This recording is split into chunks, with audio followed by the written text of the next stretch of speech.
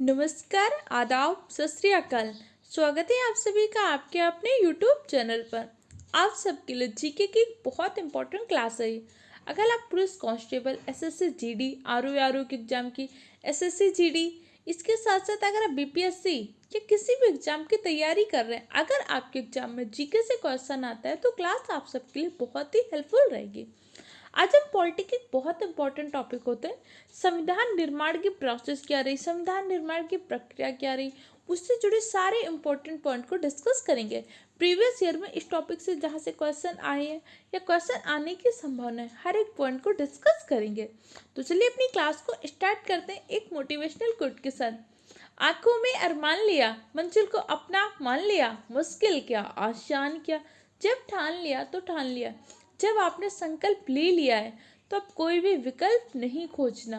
चाहे जितनी परेशानियां आए, बस लगातार मेहनत करिए और अपने माँ बाप का सपना पूरा करिए। तो संविधान संविधान होता क्या है? संविधान नियमों विनियमों का एक ऐसा दस्तावेज जिसके आधार पर किसी भी सरकार का क्या होता है, संचालन होता है। कोई भी सरकार अपने कामकाज कैसे करती है, उन कामकाज का संचालन कैसे करना है, ये सब किसके माध्यम से होता है? संविधान की हेल्प से होता है। संविधान आपके दो प्रकार के होते हैं, एक होता है लिखित संविधान, एक होता है अलिखित संविधान। जैसे यूएसए का संविधान आपका विश्व का प्राचीनतम लिखित संविधान है। ब्रिटेन का संविधान कैसा है? अलिखित संविधान। अलिखित संविधान और लिखित संविधान में अंतर क्या होता है? लिखित संविधान जहाँ पे पहले संविधान लिख गया, उसके आधार पे हम क्या कर रहे हैं? नियम कानून बना रहे हैं। जैसे हमारे इंडिया में पहले क्या हुआ था? हमारा संविधान लिखा गया था। उसी संविधान के आधार पे हमारे विधायिका में नियम कानून का निर्माण किया जाता है। अगर हमें ज़रूरत होती है तो हम संविधान में संशोधन करते हैं। आर्टिकल 368 में हमारे संविधान संशोधन की प्रक्रिया का उल्लेख किया गया है। तो लिखित संविधान क्या होता है? जहाँ पे पहले हमने संविधान को लिख दिया, उसी संविधान के आधार पे अपने नियम कानून का निर्माण किया जाता है। अलिखित संविधान क्या होता है? जहाँ पे कोई ऐसा मामला आया, उस मामले को देखते हुए, उस परिस्थिति को देखते हुए हमने कोई नियम बना दिया। अब उस नियम को, उस ला को जाके हमने क्या कर दिया? अपने संविधान में लिख दिया। ये आपका कैसा संविधान होता है? अलिखित संविधान। ये समझ में आ गया कि नहीं आया? अब हम बात कर रहे हैं भारत का संविधान। तो भारत का संविधान, तो हमारा संविधान बना कैसे, स्रोत क्या है? भारत के संविधान निर्माण के दो स्रोत हैं। एक स्रोत होता है आपका देसी स्रोत, एक होता है विदेशी स्रोत। देसी स्रोत के अंतर्गत हमने 1935 के भारत शासन अधिनियम के दौरान बहुत सारी चीजें, बहुत सारे आर्टिकल वहीं से उठा कर रखे। उससे हमने क्या बोला? भारतीय संविधान का देसी स्रोत। विदेशी स्रोत क्या होता है? अलग अलग देशों के संविधानों को हमने देखा, अलग अलग देश के संविधान से अलग अलग चीजें ले ली, वो हमारे क्या होते हैं? विदेशी स्रोत होते हैं। तो संविधान निर्माण के मुख्य रूप से दो स्रोत होते हैं, एक होता है देसी स्रोत, एक होता है विदेशी स्रोत। 1935 का भारत शासन अधिनियम भारतीय संविधान का देसी स्रोत है। अब 1935 के भारत शासन अधिनियम के दौरान हमने कौन कौन सी चीजें ली? देखिए, न्यायपालिका, अध्यादेश शक्ति, जो हमारा कैग होता है, कैग की शक्तियों के बारे में, लोक सेवा आयोग यूपीएससी के बारे में, आपात उपबंध, प्रशासनिक विवरण, राज्यपाल, संघीय व्यवस्था, ये सारी चीजें हमने 1935 के भारत शासन अधिनियम से ली। लेकिन कई बार कुछ चीजें अलग से पूछेगा, जैसे पूछेगा आपातकाल का प्रावधान। आपातकाल का प्रावधान हमने कहाँ से लिया? जर्मनी से लिया, क्योंकि जब हमने 1935 का भारत शासन अधिनियम बनाया था तो वहाँ भी हमने इन सब के बारे में डिस्कस किया।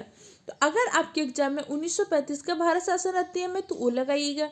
अगर किसी देश से पूछेगा तो आपातकाल का प्रावधान हमने कहाँ से लिया है? जर्मनी से लिया है।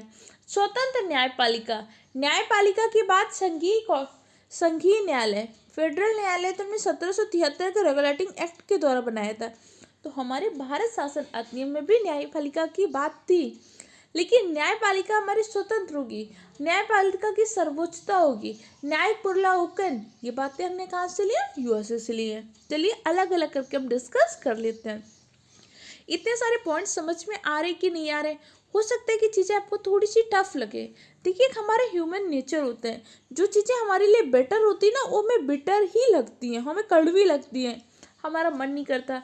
अभी आप रील्स देखने लगो, आपको बहुत इंटरेस्ट आता है, रील्स में पता नहीं चलता, स्क्रॉल करते करते 1-1 घंटा वेस्ट हो जाता है। लेकिन इस टाइम को आपको यूटिलाइज करने अच्छे से पढ़ना है, क्योंकि अगर ये सारे नोट्स आपने तैयार कर लिए तो आप किसी भी एग्जाम की तैयारी करो, जीके से क्वेश्चन गलत नहीं होंगे।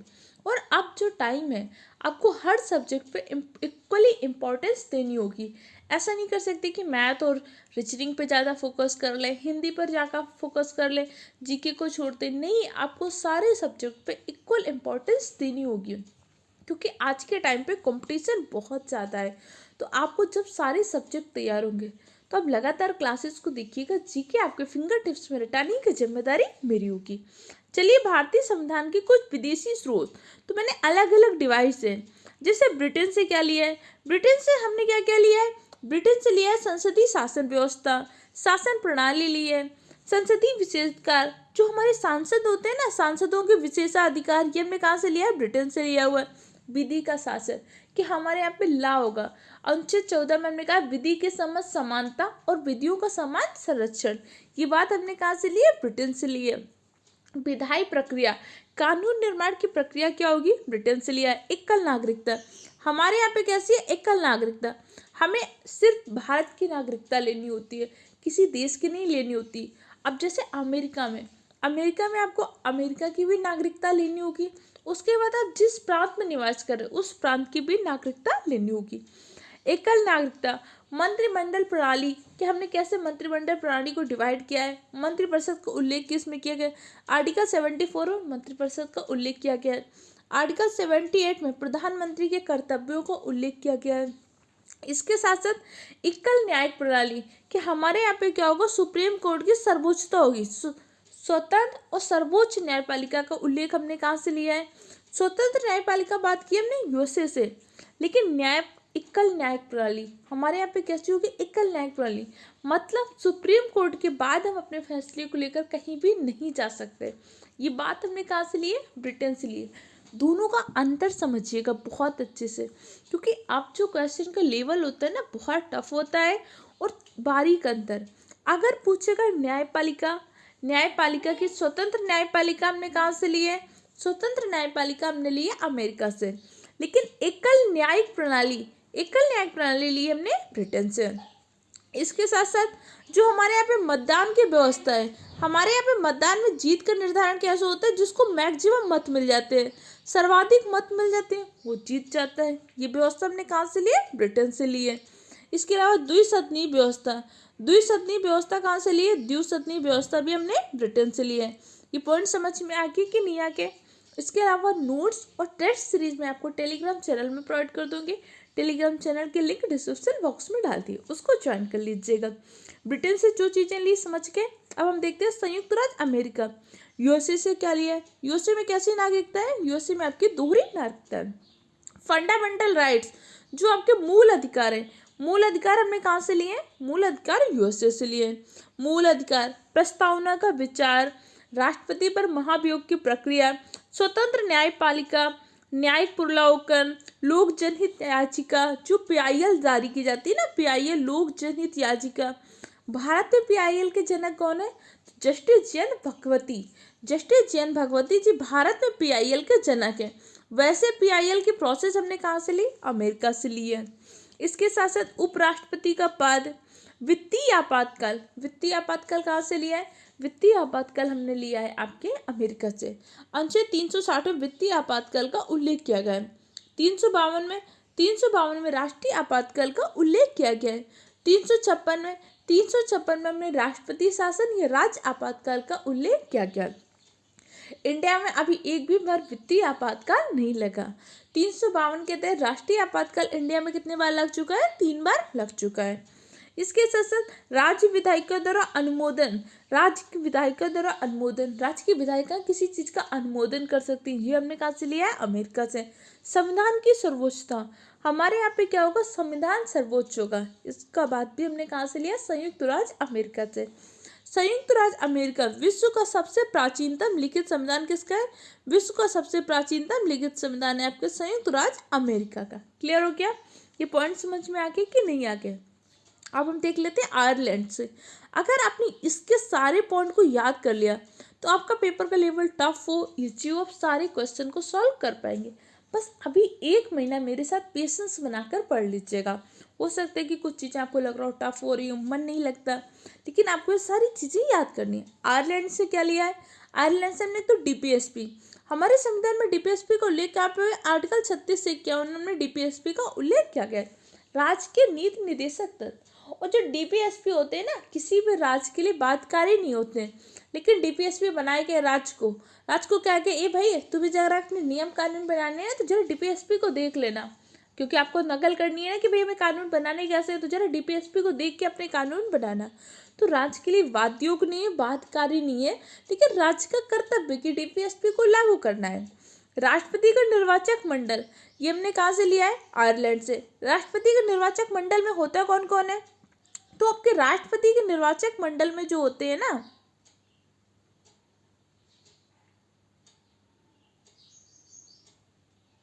चलिए स्टार्ट करते हैं। राष्ट्रपति का निर्वाचक मंडल, राष्ट्रपति के निर्वाचक मंडल में कौन कौन होता है? ठीक है, राष्ट्रपति के निर्वाचक मंडल में आपके संसद के, लोकसभा और राज्यसभा के निर्वाचित सदस्य, यहाँ पे मनोनीत सदस्य भाग नहीं लेते। राष्ट्रपति के निर्वाचक मंडल में संसद के निर्वाचित सदस्य, इसके साथ साथ विधानसभा के निर्वाचित सदस्य, और दिल्ली और पुदुचेरी 2 ऐसे यूटी जहाँ के विधानसभा के निर्वाचित सदस्य राष्ट्रपति के निर्वाचक मंडल में भाग लेते हैं। राष्ट्रपति का उल्लेख कहाँ पे? आर्टिकल 52 में राष्ट्रपति का उल्लेख किया गया है।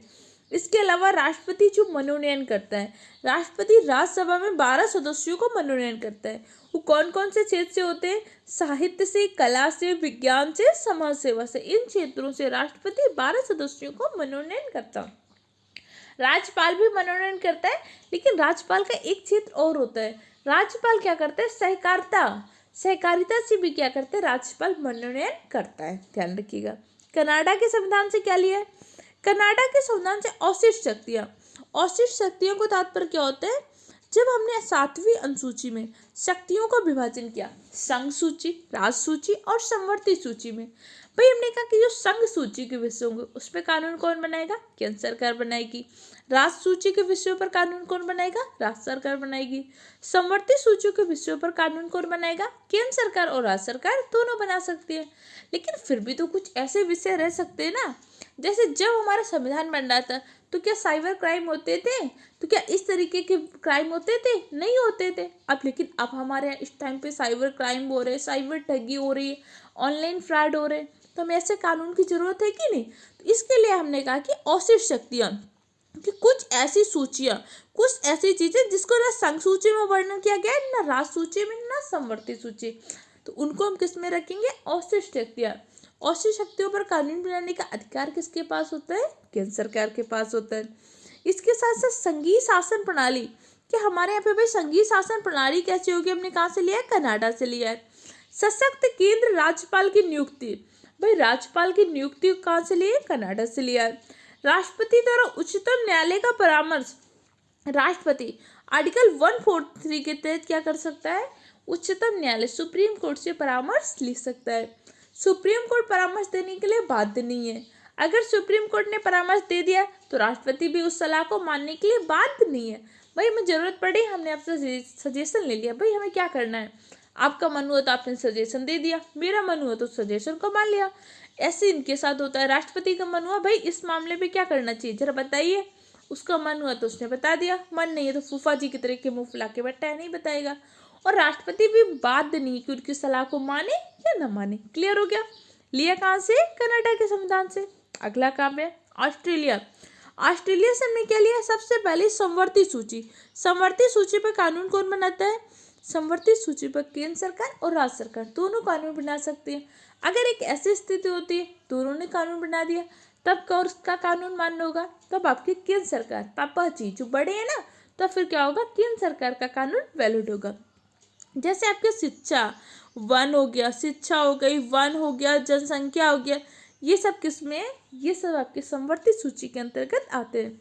प्रस्तावना की भाषा, हम भारत के लोग, ये जो हमारे प्रस्तावना की भाषा हमने कहाँ से लिया? ऑस्ट्रेलिया से लिया है। प्रस्तावना की बात हमने कहाँ से लिया? अमेरिका से। ये दोनों में जो छोटे छोटे अंतर है इन्हें पता होना चाहिए। केंद्र राज्य संबंध, हमारे यहाँ पे भाई केंद्र राज्य के संबंध कैसे होंगे, इसके लिए हमने अलग अलग आयोग बनाए थे, जैसे सरकारी आयोग बनाया था, पूंजी आयोग बनाया था। ये सब क्या होते, केंद्र राज्य संबंध के लिए थे।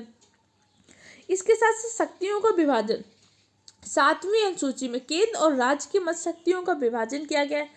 शक्तियों का विभाजन मुख्य रूप से 3 सूचियों में किया गया है, संघ सूची, राज्य सूची और समवर्ती सूची में। क्लियर। इसके बाद दोनों सदनों की संयुक्त बैठक, अनुच्छेद 108 में उल्लेख किया गया कि दोनों सदनों की संयुक्त बैठक का उल्लेख किया गया है। संयुक्त बैठक को बुलाता कौन है, राष्ट्रपति बुलाता है। लेकिन संयुक्त बैठक की अध्यक्षता कौन करता है, तो लोकसभा का अध्यक्ष संयुक्त बैठक की अध्यक्षता करता है। ये पॉइंट आपको समझ में आए कि नहीं आए, कोई दिक्कत, कोई कंफ्यूजन हो, कमेंट सेक्शन द्वारा पूछ सकते हैं। अब चलिए हम देख लेते हैं दक्षिण अफ्रीका से। दक्षिण अफ्रीका से संविधान संशोधन की प्रक्रिया, कि भाई अनुच्छेद 368 में उल्लेख है कि संविधान संशोधन कैसे होगा, संविधान संशोधन की प्रक्रिया क्या होगी, दक्षिण अफ्रीका से लिया है। और राज्यसभा के सदस्यों का निर्वाचन कैसे होगा, कितने सदस्य कहाँ से लिए जाएंगे, ये हमने कहाँ से लिया, दक्षिण अफ्रीका से। राज्यसभा का कार्यकाल कितना होता है, 6 वर्ष का होता है राज्यसभा का कार्यकाल। राज्यसभा के 1/3 सदस्य प्रत्येक 2 वर्ष में क्या हो जाते हैं, सेवानिवृत्त हो जाते हैं। सोवियत संघ रूस से क्या लिया, मूल कर्तव्य, जो हमारे फंडामेंटल ड्यूटी है, मूल कर्तव्य। प्रस्तावना में सामाजिक, आर्थिक, राजनीतिक न्याय, हमारे प्रस्तावना में 3 प्रकार के न्याय को उल्लेख किया गया है, सामाजिक, आर्थिक और राजनीतिक न्याय। हमने क्या से लिया है, सोवियत संघ रूस के संविधान से लिया है। जर्मनी, जर्मनी का संविधान कौन सा, वाइमर, वाइमर आपके जर्मनी का संविधान है। जर्मनी से हमने क्या लिया है, आपातकाल के दौरान मूल अधिकारों को निलंबन, दोनों पॉइंट को समझिएगा। आपातकाल में हमारे मूल अधिकार का निलंबन हो जाता है। अनुच्छेद 20 और 21 इन दोनों को क्या होता है, निलंबन नहीं होता, बाकी क्या हो जाता है, निलंबन हो जाता है। तो ये बात हमने कहाँ से ली, जर्मनी से। अगर सिर्फ आपात उपबंध की बात की थी हमने 1935 के भारत शासन अधिनियम के दौरान। आपातकाल के दौरान मूल अधिकारों का निलंबन कहाँ से लिया है, जर्मनी से लिया है। अच्छा, एक पॉइंट यहाँ पे समझिएगा, थोड़ा सा टफ है। अब जैसे हम कहते हैं कि आपातकाल के दौरान हमारे 20 और 21 निलंबित नहीं होते, इसी प्रकार अनुच्छेद 32 जो संवैधानिक उपचारों का अधिकार है, इसके माध्यम से क्या होता है, सुप्रीम कोर्ट क्या करती है, रिट जारी करती है।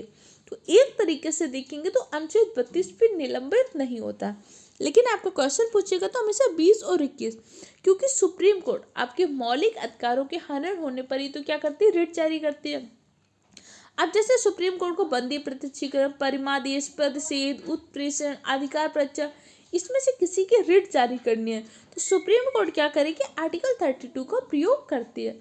अब भाई किसी व्यक्ति को आप जबरदस्ती तो गिरफ्तार नहीं कर सकते ना, किसी व्यक्ति को जबरदस्ती उसके खिलाफ गिरफ्तारी नहीं करा सकते, किसी व्यक्ति को जबरदस्ती उसके विरुद्ध गवाही देने के लिए बाध्य नहीं कर सकते।